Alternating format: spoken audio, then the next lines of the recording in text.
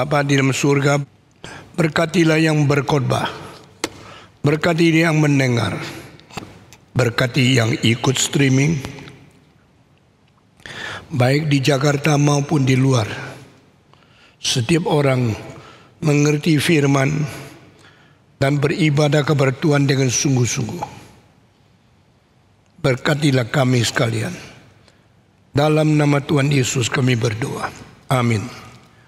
Saudara-saudara, sudah 3 kali saya berkhotbah bagaimana Tuhan menghadapi kerajaan-kerajaan yang terbesar di dalam zaman yang kuno.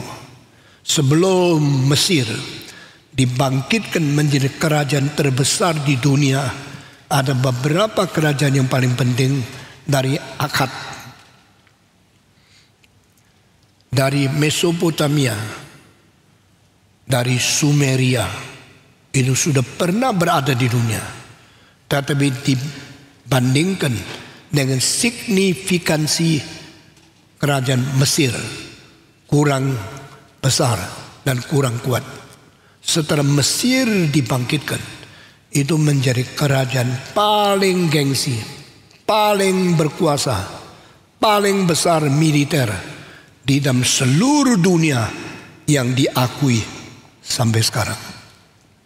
Tidak ada kerajaan yang mempunyai bangunan paling agung bisa dibanding dari Mesir. Mesir mempunyai beberapa tempat yang paling besar, sampai sekarang masih menjadi pusat pariwisata yang menarik semua orang yang turis di seluruh dunia. Thebes, Giza, Kairo, Karnak, sama tempat-tempat yang lain seperti Luxor. Ini semua yang sudah ribuan tahun terdiri piramid, istana, dan semua patung-patung dan tempat-tempat ibadah yang mentakjubkan ini sekarang masih ada di situ.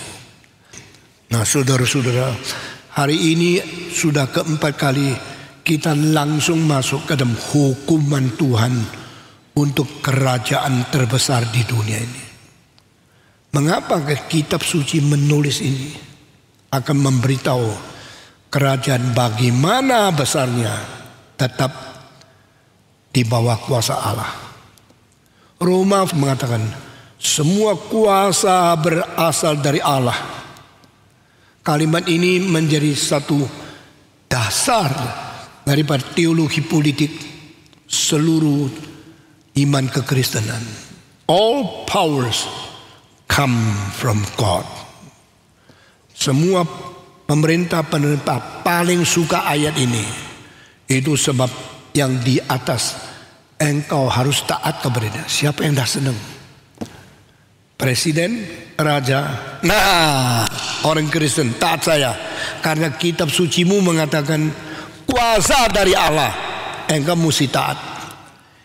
Ayat ini menjadi sombongnya semua politik, menjadi sombongnya semua raja dan semua presiden, karena mereka kira tafsiran hanya melalui harafiah saja. Tetapi waktu saya mentafsirkan kalimat ini di Hong Kong dalam satu seminar internasional, yang hadir termasuk profesor dari Oxford University dan Perdana Menteri dari Belanda dan beberapa politikus yang tertinggi di dunia ikut menjadi pembicara selain saya. Waktu saya khotbah mentafsir ayat itu, profesor dari Oxford dan Perdana Menteri mantan dari para Belanda kaget sekali caranya seorang teolog dari Indonesia, cara tafsiran lain sama komentari di dalam kitab suci. Saudara-saudara, saya mengatakan apa arti ayat ini? 5 lapisan. Pertama, semua kuasa politik dari Allah, berarti Allah lebih tinggi dari politik. Semua sudah kaget. Jadi ini tidak berarti semua dari Allah maka you mesti taat. Karena dia dari Allah, you mesti dengar. Tidak. Ini ada peringatan pertama kepada semua kuasa politik. Even you are an empire or very supreme power of the government, or you are the ruler of your country, president or other strong man, you should know you are under God. Pemerintah kuasanya dari Allah, berarti Allah lebih tinggi daripada semua pemerintah. Orang reform membaca Alkitab bukan membaca mengerti istilah-istilah ayat-ayat harafiah, mengerti makna di belakangnya apa yang Tuhan mau. Kedua, arti semua kuasa dari Allah adalah semua kuasa harus taat, harus takluk di dalam beribadah kepada Allah. All government, all the powers of people are from God. It means the rulers and the government of the world should obey and adore God with your worship and your adoration. Semua pemerintah harus takluk dan taat kepada Tuhan. Ketiga, semua kuasa dari Allah, berarti satu hari Allah akan menghakimi semua raja, menghakimi semua presiden sebelum menghakimi seluruh dunia. Karena kuasa mereka dari Allah. Keempat, semua kuasa dari Allah berarti kuasa yang sudah dari Allah, kuasa yang belum juga dari Allah. Maksudnya kalau kuasa ini akan digulingkan oleh Tuhan, kuasa baru akan diangkat oleh Tuhan, berarti engkau menanti interupsi Tuhan Allah untuk menggulingkan kuasa, dan mungkin Tuhan pakai engkau menjadi pengguling pemerintah. Berarti revolusi kalau dipimpin oleh Tuhan bukan berarti tidak mungkin. Dan di sini yang kelima kita lihat gereja bagaimana melihat ini dan takluk kepada pemerintah yang sementara dipakai Tuhan menjadi atasan secara masyarakat bagi kita. Tetapi orang Kristen tetap menjunjung tinggi Tuhan Allah menjadi pemberi kuasa yang terakhir. Setelah 5 ini saya kupaskan, banyak orang kaget sekali dan banyak politikus di barat dengar, mereka sangat setuju. Karena saudara-saudara, banyak orang Kristen tidak mengerti hubungan antara kuasa Tuhan dan kuasa pemerintah. Banyak orang Kristen tidak berani mentafsirkan, mengerti secara sesungguhnya apa makna dari kitab suci itu. Dan hari ini bicara tentang Firaun, bicara tentang Mesir, maka kita sendiri mentafsirkan kitab suci melalui pengertian daripada mandat budaya reform Injili di dalam mengerti kitab suci. Kita bicara di dalam mimbar ini bagaimana Allah bertentangan dengan kuasa dunia dan bagaimana interupsi kuasa Tuhan yang berada di dalam politik. Saudara-saudara, kapankah Tuhan interupsi? Pada saat paling krisis, pada saat perlu berubah, Tuhan ikut campur. Demikian Mesir mempunyai kuasa besar sekali. Sebelum Musa lahir di dunia, kira-kira 1500 tahun, Mesir sudah besar. Kira-kira 500 tahun sebelum Musa lahir di dunia, Mesir sudah mempunyai piramida yang tingginya lebih 137 meter atau lebih daripada 45 susun bangunan, hampir 50 susun. Waktu itu Mesir sudah ada piramid. Musa tunggu 500 tahun baru dilahirkan. Jadi tanpa Tuhannya Kristen, tanpa Allah Yehova atau tanpa Tuhannya Abraham, Mesir sudah jaya. Kalau begini, kenapa perlu Tuhan? Tuhan mengizinkan manusia bekerja, bersukses sementara, sesuai itu sampai waktu perlu. Dia tahu manusia tidak beres, Tuhan interupsi sendiri. Tuhan turun ke dunia ini mengkoreksi politik dari dunia. Ini yang kita mengerti. Saya berkata, waktu Musa masih di dunia, sudah lihat piramid. Waktu itu 3.500 tahun yang lalu, piramid masih baru 500 tahun. Baru indah luar biasa. Belum cuil-cuil. Batunya belum rusak-rusak. Karena dari Musa sampai sekarang 3.500 tahun. Turun hujan, gempa bumi, dan banyak kesulitan alami. Bikin banyak batu sudah retak. Banyak bikin hujan sudah meresap. Dan banyak pepecahan batu. Bikin piramid sekarang kelihatan sudah tua sekali. Tapi zaman Musa indah luar biasa. Dan kaisar-kaisar waktu itu, yang di dalam bahasa Mesir yang kuno, namanya Firaun, Pharaohs. Saudara-saudara, bahasa Mesir sekarang ini lain sama zaman Musa. Karena Mesir orang sekarang bukan orang Mesir. Mesir orang sekarang baru mereka ganti. Namanya ada Pharaoh, bahasa Arab mengganti bahasa Mesir kuno. Bahasa Mesir kuno di mana? Sudah hilang. Orang-orang Romawi kuno di mana? Sudah mati. Kerajaan Mesir di mana? Sudah punah. Karena apa? Karena kitab Keluaran. Dengar kalimat di bawah ini. The day when Israel people was delivered out from Egypt, God's hand interrupt the politics of the world after the people of God was delivered out from Egypt, then the existence of Egypt is no more significant. Mesir boleh ada, boleh tidak ada. Jikalau anak-anak Tuhan sudah keluar. Itu semua menjadi kerangka kosong yang tidak ada arti apa-apa. Jangan lupa ya.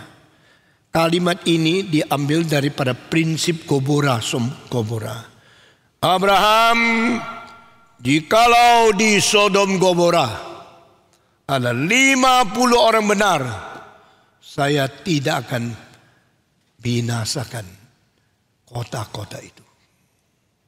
Dari kalimat firman Tuhan sendiri. Kota berada, negara tidak dihancurkan, karena masih ada orang penting yang melakukan kebenaran di dalamnya. Saya pikir kenapa Indonesia menjadi negara paling sukses dalam membasmi akan COVID-19? Apakah dokter kita paling canggih di dunia? Tidak. Apakah kita menemukan vaksin? Tidak. Apakah rumah sakit kita lebih bersih? Tidak. Kenapa Indonesia paling sedikit orang mati? Mungkin ada orang Kristen yang suci, yang Tuhan berkenan di kota ini, di negeri ini. Sehingga Tuhan masih memberi kasihan kepada dunia ini. Jangan lupa you penting. Jangan lupa saya penting. Kita orang yang sungguh-sungguh hidup suci, hidup memperkenan kepada Tuhan, sangat signifikan di dalam menentukan nasib negara, bangsa kita yang kita berada. Saya sendiri sangat menghargai diri saya sendiri. Saya tidak pernah menghina saya sendiri. Saya tidak pernah merasa diri remeh. Saya cuma tahu my existence, my living, my faith to determine God's blessing to my country.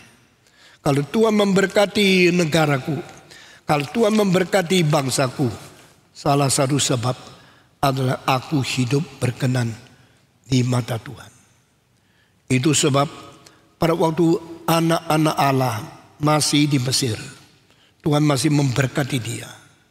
Tetapi kalau sesudah anak-anak Allah dibawa keluar dari Mesir, Keluaran, Exodus, Tuhan mengatakan, Egypt, do you think you are important? You are still significant? Your existence is very needed by this world? No. You could exist. You could not exist. Because you can be there. You can no more be there. I am God. I am the master of the world. I am the creator of the heaven and earth. I determine the destiny of human being, but not you.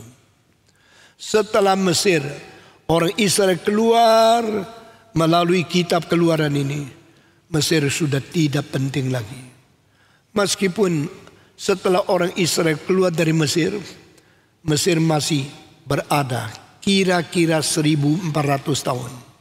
Sampai zamannya Cleopatra, dianggap Firaun perempuan yang terakhir. Dan dia punya adik Ptolemy. 2 orang diberikan mandat oleh ayahnya. 2 saudara, kakak, perempuan, adik, laki-laki. Sama-sama memerintah Mesir atas dan Mesir bawah. Di selatan dan utara dibagi wilayahnya. Tetapi saudara, itu terakhir. Dari Musa keluar dari Mesir sampai Cleopatra masih ada 1400 tahun. Itulah waktunya toleransi Tuhan. Sesudah itu lenyaplah. Beberapa abad kemudian Mesir tidak ada. Berapa tahun kemudian orang Islam mengambil alih kuasa dari Mesir. Meskipun masih ada nama Pharaoh atau Firaun sampai abad ke-20. Tapi no significance. Hanya puing-puing, hanya barang-barang purbakala, hanya museum-museum, piramid-piramid yang mengagumi orang lagi. Tetapi jangan lupa, waktu Tuhan menghakimi Mesir, the judgment of God, di dalam kitab Keluaran, ini membuktikan Allah mulai intervensi politik manusia. Dan tidak ada satu negara yang tidak ada pengaruh intervensi Tuhan Allah. Sampai abad 20, kenapa Hirohito yang disebut the emperor from heaven. Orang Jepang sombongnya, semua kaisar itu keturunan raja. Hanya kaisar Jepang keturunan langit, keturunan matahari. Mereka begitu sombong. The heavenly emperor. The emperor from heaven direct come down, descend from heaven to earth. Kenapa to earth? Kalau to earth, kenapa to Asia? Kalau Asia, kenapa to Japan? Bukan to China. Raja-raja Tiongkok semua ada keturunan papanya. Dan papa mereka pertama selalu menjadi kaisar karena mematikan kaisar orang lain dan membangkitkan diri menjadi kaisar baru, regim baru, dinasti baru. Semenjak Xia Yu lalu menuju kepada Sang Cao, lalu menuju kepada Xia Sang Zhou Cao, saudara Zhou kepada Han Cao, saudara Han kepada Wei Cao, terus sampai Tang Cao, terus sampai Yuan Cao, Song Cao, Ming Cao, Qing Cao, sampai Republic of China yang sekarang di Taiwan, sampai Mao Zedong. Semua mempunyai kuasa dengan merebut, dengan bertarung, dengan perang revolusi baru ganti. Jepang tidak. Jepang bilang kami tidak ada revolusi yang melawan kaisar. Kami selalu taat karena kaisar kita lain sama kaisar Tiongkok. Kaisar kita lain sama kaisar Babilonia, kaisar dari para Romawi, kaisar dari Persia, kaisar dari Assyria, Firaun dari para Mesir, atau Tsar daripada Rusia. Kami ada langsung turun dari surga. Maka heavenly emperor itu Jepang. Tetapi Tuhan sampai tahun 1945 menjatuhkan 2 bom ke Nagasaki sama ke Hiroshima. Berhentikan kesombongan itu. Kaisar Hirohito silakan naik ke kapal Missouri dari Amerika. Tanda tangan. Saya sekarang takluk. Saya menyatakan kalah saya di dalam peperangan kedua. Saudara-saudara, Hitler bunuh diri. Mussolini ditembak mati. 3 negara dari Jerman, Italia, dan Jepang harus tunduk. kepada negara sekutu yang mengalahkan mereka. Akhirnya dari Lenin, Stalin sampai Gorbachev harus tunduk untuk menyatakan kalah. Ini semua orang paling berkuasa. Di Eropa, diktator yang terakhir yang dihancurkan ada 2 orang. Satu di Romania namanya Ceausescu. Satu lagi Milosevic yang berada di daerah Balkan. 2 orang ini dihancurkan karena interupsi Tuhan. Saya 2 tahun yang lalu khusus terbang ke Rumania, ke Bukares, melihat tempat dulu bagaimana sahasanya, bagaimana sombongnya daripada Ceausescu. Di tempat atap dia berpidato. Berapa susun tinggi rakyat ratusan ribu dengar dia. Dari atap dia pakai corong. Semua dengar dengan menanggangkan kepalanya. Akhirnya dia dibawa dengan helikopter karena kekacauan tiba. Semua orang mau membunuh dia. Dia larikan diri.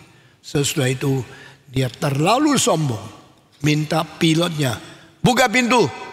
2 menteri saya belum masuk. Silakan mereka masuk. Pilot bilang tidak boleh.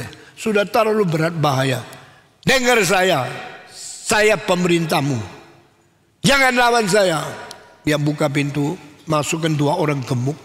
Sudah masuk, pintu tutup. Tidak bisa naik. Akhirnya makin lama makin berat. Terus mesin tidak kuat. Bensin bagaimana gas tidak mau naik. Helikopter turun. Turunnya masih aman. Tapi tidak bisa naik lagi. Di tengah-tengah jalan. Ribuan orang datang kumpul. Mengelilingi helikopter itu. Buka pintu dengan paksa. Menteri-menterinya dikeluarkan. Ceausescu sama nyonyanya ditahan. Diborgol. Dibawa mobil masuk penjara. Orang sombong itu akhirnya mati. Karena ditembak oleh 95 prajurit. Yang angkat tangan. I will be the first one to shoot him. 95 orang. Yang waktu 1, 2, 3. Semua peluru masuk tubuhnya. Langsung dia mati. Waktu itu tanggal 25 bulan Desember tahun 1989. Waktu GRI didirikan. Saudara-saudara. Demikian Milosevic akhirnya ditangkap. 2 diktator habis selesai. Dari tahun 1991. Rusia jatuh. Semua kerajaan hancur. Karena interupsi Tuhan. Apa yang engkau dengar itu lucu? Itu mitos? Itu kebetulan? Atau itu khayalan manusia? No. All you have heard. Yang kau dengar semua. Dari zaman Firaun sampai Milosevic. Dari zaman Musa sampai Ceausescu. Dari para kaisar Hirohito sampai semua diktator yang dijatuhkan oleh Tuhan. Sama karena kuasa dari Allah. Saudara-saudara. Indonesia aman sementara. Indonesia bisa lolos dari saat interupsi Tuhan belum tahu. Kalau ada pemimpin Indonesia terlalu sombong membangkitkan kemarahan Tuhan, dia akan turun mencampuri tangan politik Indonesia. Tapi orang Kristen jangan lupa, kita takluk kepada Tuhan selama kita hidup menjadi orang yang taat kepada Dia, menjalankan kehendak-Nya. Saudara-saudara, setelah 430 tahun orang Israel dianiaya, dipaksa menjadi budak. Karena mereka sudah tidak kenal lagi orang aslinya. Siapa itu? Yusuf. Masih ingat ya Yusuf waktu kecil dijual. Lalu menjadi budak di rumah Potifar. Lalu istrinya yang cantik. Pada waktu suaminya tidak ada. Melihat Yusuf. Badannya bagus. Muda dan ganteng. Dia menginginkan si Yusuf berzina sama dia. Tapi Yusuf mana? No. Can I do the great sin like this against my God? Dia di Mesir tidak mendengar, tidak taat kepada seorang majikan yang kurang ajar. Tidak mau mendengarkan seorang wanita yang merayu dia berzina.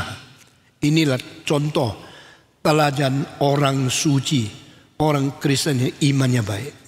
Saudara bagus, saudara cantik, saudara muda, jangan kira kesempatan muda, cantik, elok, ganteng, tampan, sehat boleh menjadi kesempatan engkau main gila sama perempuan atau berzina sama pelacur dan sebagainya. Ingatlah kau ditebus dengan darah Yesus Kristus yang begitu tinggi harganya menjadi kaum suci di hadapan Tuhan. Peliharalah kesucianmu, kesucianmu, supaya engkau dipakai oleh Tuhan. Saya bukan orang yang sangat baik, saya adalah orang biasa sekali. Tapi saya memelihara kesucian hidupku dari kecil sampai umur 81. Selain nyonya saya tidak mengenal perempuan yang lain. Saya tidak pernah menjamah daging perempuan yang lain. Saya hidup suci untuk dipakai oleh Tuhan. Saudara-saudara, kita bersyukur kepada Tuhan. Orang iman, orang taat, orang beribadah itu diperkenan oleh Tuhan. Dan di situ menentukan nasib umat manusia diperlakukan bagaimana oleh Tuhan yang menjadi pencipta dan menjadi Tuhan langit dan bumi. Musa, aku sekarang perintahkan engkau masuk ke dalam istana Firaun, berkata kepada dia, biarkan umatku pergi di padang belantara, mereka akan menyembah saya dengan kebebasan. Ini disebut ada dasarnya teologi kebebasan beragama. Dengar kalimat di bawah ini. The freedom of the religion is now practiced by all the modern country in the world. Jerman, Perancis, Belanda, Amerika, Hungaria, Roma, Italia, seluruh dunia menjunjung tinggi kebebasan beragama. Lalu saya mau tanya, apa artinya kebebasan agama menurut pemerintah penerpa di dunia ini?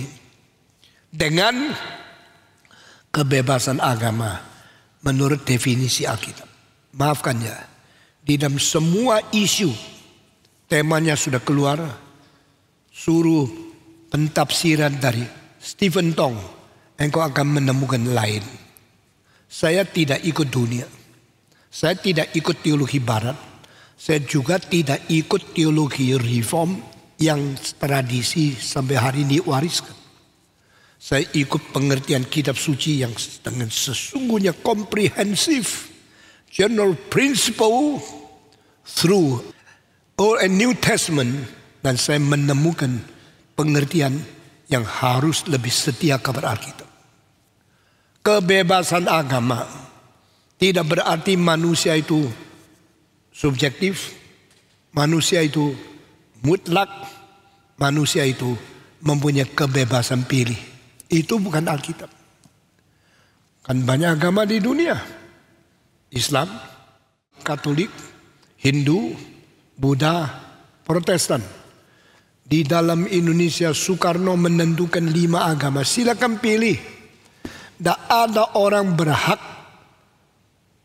memberhentikan atau melarang orang lain kalau mereka memilih di antara 5 ini. Itulah kebebasan. Kalau ditanya kebebasan agama berasal dari mana? Jawaban orang modern diberikan oleh Tuhan. God gave human being the freedom to choose which religion they like. Tetapi ini bukan Alkitab. Kebebasan agama berarti definisi di bawah ini. Allah mau manusia dibebaskan daripada ibadah yang salah. Allah mau manusia dibebaskan daripada agama yang tidak benar. lalu menjadi orang yang mengerti sesungguhnya agama yang sejati dari Tuhan. Agama yang sejati itu hanya satu Tuhan, satu juru selamat di dalam Yesus Kristus. Dengan agama yang sejati dan pengertian kebenaran sejati, engkau kembali beribadah kepada Tuhan yang sejati. Itu namanya kebebasan agama. Jadi kebebasan agama tidak membuat semua agama sama rata, lalu bikin engkau boleh pilih seenaknya menurut apa yang kau rasa lebih cocok, lalu kau bebas mempergunakan hak beragama secara bebas. Itu bukan ajaran Alkitab. Di dalam kitab Keluaran Tuhan berkata, "Let my people go to the wilderness, so they can worship me freely. No more persecution, no more enforcement, no more compel from you, the government of Egypt." Itu bebas agama. Bebas agama berarti engkau yang tadi beribadah salah, engkau yang tadi dipaksa oleh pemerintah yang brutal, engkau dianiaya oleh Firaun, beragama, bersembah sujud menurut ilah-ilah mereka, engkau sekarang harus dikeluarkan, dibebaskan, lalu engkau boleh berbakti kepada Allah yang sejati di dalam agama yang sebenarnya. Ini namanya bebas agama. Dengan pikiran seperti ini saya melawan semua modern government, modern issue about the religious freedom. Dan saya berkata, mari kita kembali kepada Tuhan, kembali kepada teologi yang benar. Ini namanya reform. Reform Injili mengikat diri di dalam kepercayaan yang benar dan memberanikan diri memberikan pengajaran kebebasan untuk manusia lepas daripada salah dan beriman kepada Injil Yesus Kristus. Reform Injili. Saudara-saudara, ingat, go to the Pharaohs, tell him, let my people go, from their adults until their young people, their children, and their all belongings, to free from Egypt, and to be freely worship me, the true God, who call you to do the work of God. Saudara-saudara, Allah menyuruh Musa membebaskan orang Israel dari ajaran yang salah, dan mereka mendapatkan iman yang sejati, beribadah dan berbakti kepada Allah yang sejati di surga, lepas daripada penganiayaan, paksaan, dan kesalahan beragama. Itu kebebasan beragama. Arti Alkitab reform, kembali kepada kebenaran. You no more worshiping wrong God, wrong system, wrong religion, but freely worship me in the true faith, to the true God, according to the true truth. Beragama yang benar kepada Allah yang sejati melalui firman yang diwahyukan oleh Tuhan yang tidak ada salahnya. Inilah kebebasan beragama. Alkitab dari permulaan, dari halaman pertama, semua pengajaran jelas memberikan kita bersih murni dengan konsep yang tidak ada cacatnya, menjadi orang Kristen yang beres. Maka Musa pergi. Orang mengatakan, who sent you? Why are you here? The one who sent you, tell us his name. Beritahu kepada kami namanya siapa. Allah yang mana yang suruh engkau gini? The one who called I am who I am. The true God, the creator of heaven and earth. The ruler of human being, the true God. Send me to come to you. What is his name? His name is I am who I am. Dan tidak ada yang lebih besar. Karena Allah ada yang ada dari kekal sampai kekal. Yang dulu sudah ada tanpa dicipta, tetapi mencipta. Yang sekarang masih ada setelah mencipta, menguasai semua. Dan akan ada, dia akan memimpin dengan kuasa penciptaan, kuasa penguasaan untuk seluruhnya sampai selama-lamanya. God was, God is, God will be. Dari dulu ada, sekarang ada, dan selama-lamanya ada. Itu namanya Allah. Kalimat ini muncul di Perjanjian Lama. Dulu ada, kini ada, dan kekal ada. Di dalam Perjanjian Baru muncul di Ibrani pasal 13, Yesus Kristus kemarin, sekarang, sampai selama-lamanya adalah sama adanya. Jesus Christ is the same yesterday, today, and forever. Dan di dalam Perjanjian Lama, Allah sejati adalah Allah yang melampaui perubahan waktu. Melampaui waktu. Melampaui, mentransenden daripada dulu, sekarang, sampai selamanya. Allah di dalam Perjanjian Baru adalah Kristus yang dulu, sekarang, sampai selama-lamanya tidak berubah. Dia always is. Dia always existing forever and ever. Itu namanya Allah. Menyembah Allah ini penyembahan yang benar. Menyembah Allah lain itu sudah menyeleweng, menyimpang di dalam iman kebebasan beragama. Inilah utus Musa pergi ke Firaun. Maka Musa tidak minder. Siapa yang utus saya? Dia yang berada dari dulu sampai selama-lamanya. Siapa kamu, Firaun? Kamu dari dulu tidak ada, sekarang ada, besok mati, masuk ke dalam piramid, engkau dijadikan seorang yang namanya mumi, engkau bukan kekal. Jadi ini sangat beda. Allah yang sejati, Allah yang kekal akan menginstruksi dunia ini. Lalu suruh saya apa? Suruh saya bicara sama Firaun. Suruh bicara apa? Suruh dia lepaskan orang Israel. Lepas keluar supaya dibebaskan. Nah saudara, inilah tema daripada kitab Keluaran. Firaun mau kasih? Tidak. Firaun mau tidak melepaskan? Tidak mau. Firaun mau, kenapa tidak lepas? Karena dia ingin monopoli kuasa Israel. 2 juta manusia menjadi budaknya. Engkau mempunyai pembantu satu, kalau dia pulang engkau setengah mati, bukan? Demikian, kalau Firaun melepaskan 2 juta keluar, dia setengah mati. Karena istana tidak ada yang bangun. Instansinya rumah batu yang besar-besar, semua orang pergi. Budaknya sudah lari semua, dia berhenti. Dia akan berhenti. Tidak ada yang bangun rumah, tidak ada yang bangun istana, tidak ada yang bangun instansi, tidak ada yang bangun bangunan besar dari pemerintahannya. Dia tidak mau. Keep the servants to be enslaved by me. Peliharalah semua budak-budak untuk diperbudak oleh saya, untuk melayani saya. Maka dia mengeraskan hati. Waktu Firaun mengeraskan hati, kita mau lihat secara sovereignty of God, kedaulatan Allah mengatakan, saya yang membuat dia keras hati. Heran ya. Yang keras hati siapa? Firaun. Akhirnya yang bertanggung jawab terakhir dengan kuasa kedaulatan yang tertinggi siapa? Tuhan Allah.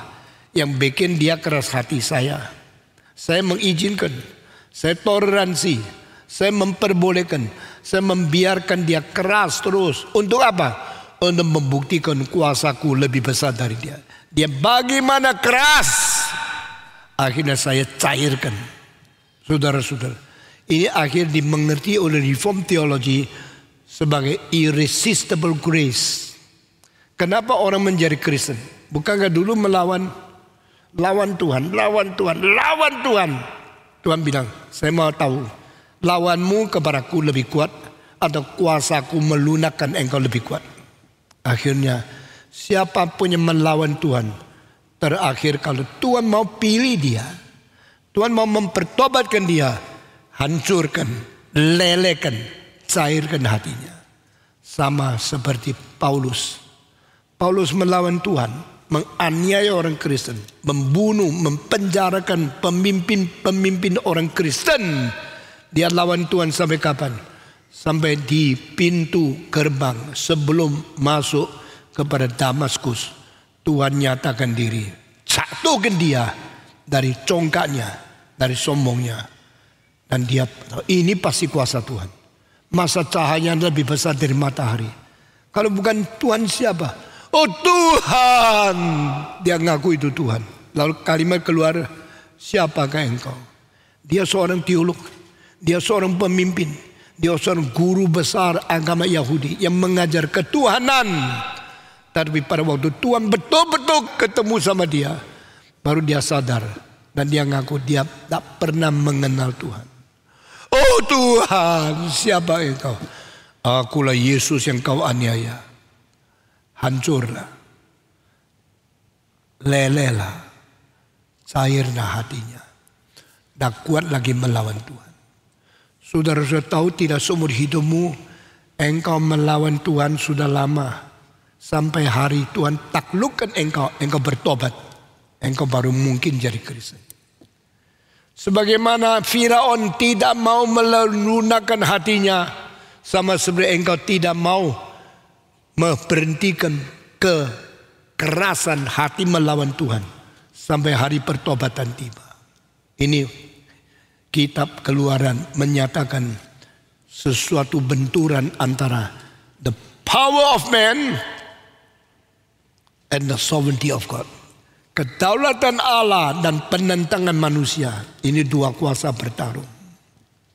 Saudara-saudara, seluruh dunia, setiap manusia berusaha melawan Tuhan sampai akhirnya ditaklukkan oleh Tuhan. Baru engkau rendah hati mengaku dosamu. Jangan sombong. Tetapi kalau engkau terus keras dan Allah tidak melunakkan, Allah tidak menjatuhkan kamu, terus menerus membiarkan engkau keras, akhirnya terakhir Tuhan akan matikan engkau dan tidak ada kesempatan bertobat lagi. Di dalam berapa pasal dari Keluaran kita melihat Tuhan menjatuhkan hukum. Tulah pertama, tulah kedua, tulah ketiga, tulah keempat, tulah kelima, sampai tulah ke-10. Supaya Firaun yang keras hatinya akhirnya keras sampai mati, ditenggelamkan di dalam laut Kolsom. Dia, jenderalnya, pasukannya, dan kereta kuda yang kuat sekali, tentara, bala tentara yang paling kuat di dunia saat itu, semua ditelan oleh ombak yang besar daripada laut Kolsom sampai mati tenggelam. Ternyata akhirnya Tuhan yang menang, manusia yang ditaklukkan. Sekarang saya pakai 5 menit bicara satu hal, mungkin penjelasannya 2 minggu kemudian. Tulah pertama, Tuhan berkata Musa, bawa tongkatmu, pergi ke sungai Nil, pukullah air itu, engkau akan lihat air menjadi darah. Ini tulah pertama. Tulah pertama mau mengatakan hidup mati di dalam tangan Tuhan. Kalau perlu air kan, kalau ada air bagaimana sawah bisa bertumbuh? Kalau ada air manusia bagaimana bisa tidak haus? Kalau ada air tubuh bagaimana bisa bekerja? Kalau ada air kita bagaimana bisa menyambung hidup? Manusia tidak boleh tidak ada udara. Di dalam udara tidak boleh tidak ada oksigen. Manusia tidak boleh tidak ada air. Kalau tidak air manusia pasti mati karena kehausan. Nah air waktu sebelum masuk tubuh kita yang bersih, yang baik, itu wangi adanya, itu bersih adanya, itu sumber hidup.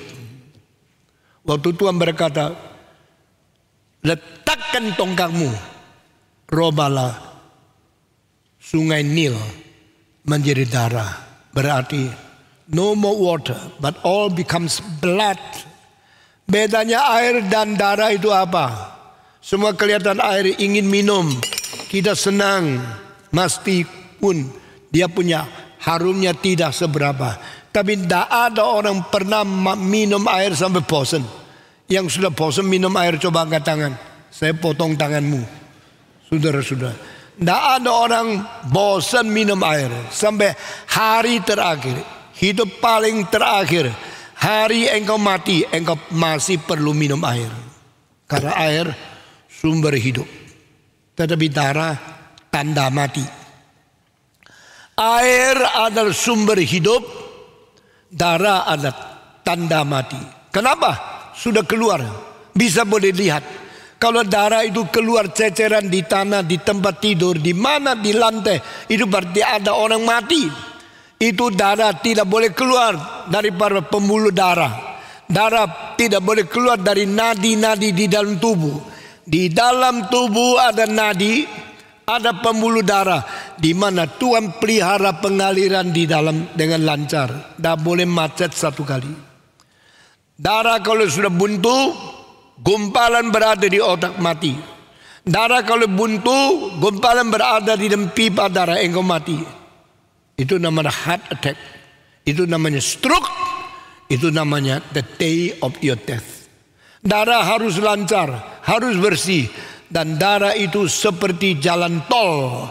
Di dalamnya ada semua lalu lintas yang lancar dari paling besar sampai paling kecil. Paling kecil jauh lebih kecil dari rambut. Paling besar bisa seperti jari yang kecil di dalam badanmu. Mengalirnya darah itu seperti tol lalu lintas terus. Lalu oksigen dibawa oleh sel darah sampai di tempat paling pinggir, paling permukaan. Saya saban hari pagi dicocoh supaya keluarkan darah, dites. Saya punya gula berapa banyak. Hari ini 148. 2 hari yang lalu 159. Itu agak tinggi.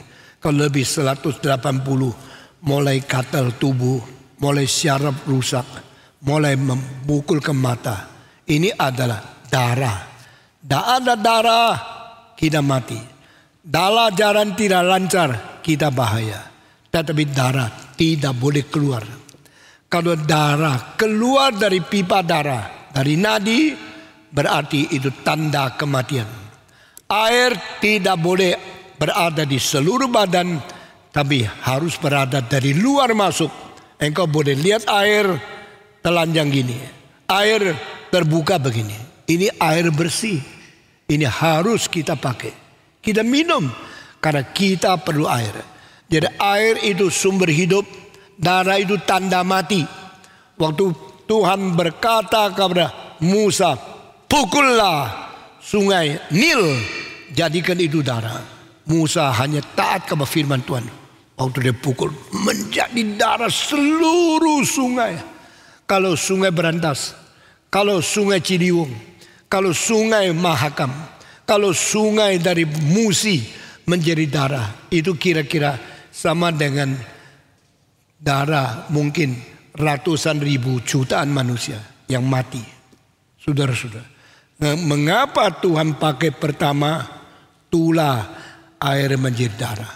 Supaya mengetahui, supaya Firaun, raja, pemimpin, penguasa daripada Mesir mengetahui Nil bukan alamu, Nil bukan penolongmu, Nil bukan menentukan nasib hidupmu. Yang menentukan hidup matimu adalah aku, Yehova, yang menciptakan langit dan bumi. Orang-orang Mesir memperdewa sungai Nil, karena Nil adalah satu di antara 3 sungai paling panjang di dunia. Mississippi, Nil, dan Amazon. Ini 3 yang paling besar, paling panjang di dunia. Satu ada di Mesir.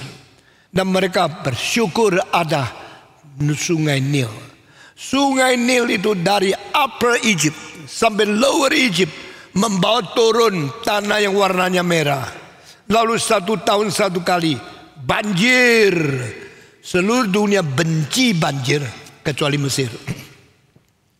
Mesir negara satu-satunya yang berterima kasih ada Nil yang saben tahun banjir 1 kali meluap sampai tanah. Sebelah kanan Nil, sebelah kiri Nil, berkilo-kilometer banjir. Mereka senang.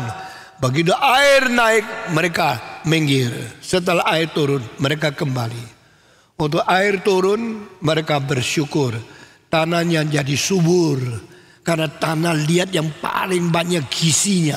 Yang paling banyak tempat untuk membuat sungai itu subur. Turun dari atas ke bawah. Bikin merah. Lalu mereka menyembah Tuhannya. Allah orang Mesir ada 10 yang paling besar. Hari ini saya tidak bicara. Dan salah satu sungai Nil itulah adalah bahagia bagi mereka. Setelah mereka anggap sungai Nil seperti dewanya, Tuhan berkata, now you know the river is not become a blessing. Now become blood to make you in danger. Make you in crisis. Sungai Nil menjadi berkat, menjadi dewa muka. Sekarang saya berkata tidak, menjadi bahayamu, menjadi celakamu karena menjadi darah. Saudara bisa bayangkan, engkau sikat gigi, airnya darah. Engkau bisa bayangkan mau mandi, mencerot, itu air darah.